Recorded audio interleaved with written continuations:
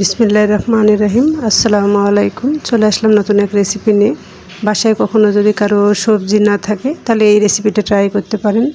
কম বেশি সবার বাসায় বুটের ডাল থাকে এবং সবসময়ই থাকে, তাই চেষ্টা করবেন সবাই বুটের ডালটা রান্না করার জন্য আর এই রেসিপি ফলো করে।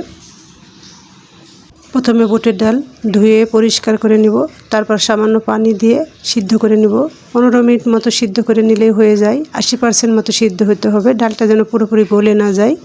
সবসময় খেয়াল রাখবেন যেন 80% মতো সিদ্ধ হয়ে যায়। পুরোপুরি সিদ্ধ করলে ডালটা গলে যাবে আর এই ক্ষেত্রে রেসিপিটা খেতে একটুও ভালো লাগবে না। আর আজ আমি ডালটা রান্না করব তেলাপিয়া মাছ দিয়ে, তাই মাছটা প্রথমে লবণ হলুদ দিয়ে মেখে ভেজে নিব। ভালোভাবে ভেজে নেব, খুব মচমচে করে 2 পিঠ ভালোভাবে ভেজে নেব।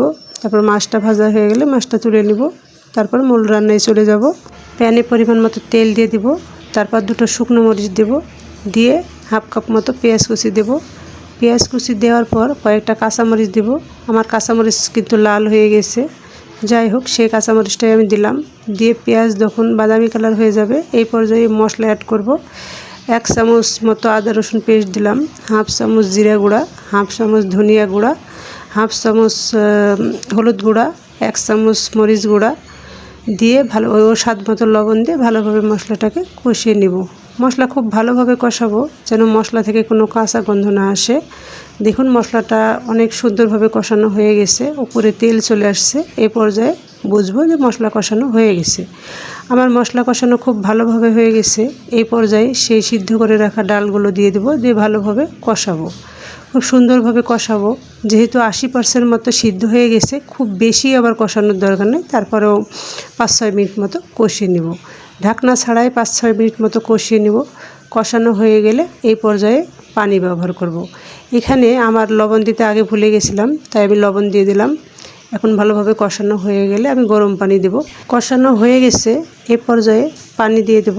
ঝোল একটু বেশি পরিমাণে দেব, কারণ আমরা সবাই জানি বুটের ডাল ঝোলটা অনেক পরিমাণে টেনে নেয়, আর পরে পাতলা রাখলেও পরে অনেক ঘন হয়ে যায়। তাই একটু বেশি পরিমাণে ঝোল দিলাম, দিয়ে ঢাকনা দিয়ে ঢেকে রান্না করব 5 মিনিট। 5 মিনিট পর ফিরে আসলাম।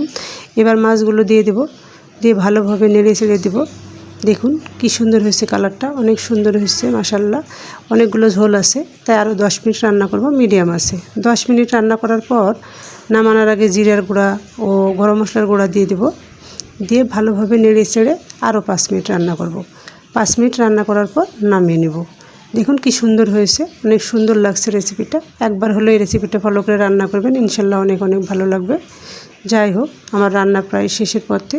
আমার বাসায় আমি বুটের ডাল গরুর মাংস দিয়ে রান্না করি, বা মুরগির মাংস দিয়ে রান্না করি, বা এমনিতে নিরামিষ হোটেলের মতো করে রান্না করি। যে কোনোভাবেই বুটের ডালটা খেতে ভালো লাগে। আজ ভাবলাম মাছ দিয়ে একটু রান্না করি, দেখি কেমন লাগে। অসাধারণ লাগছে রেসিপিটা।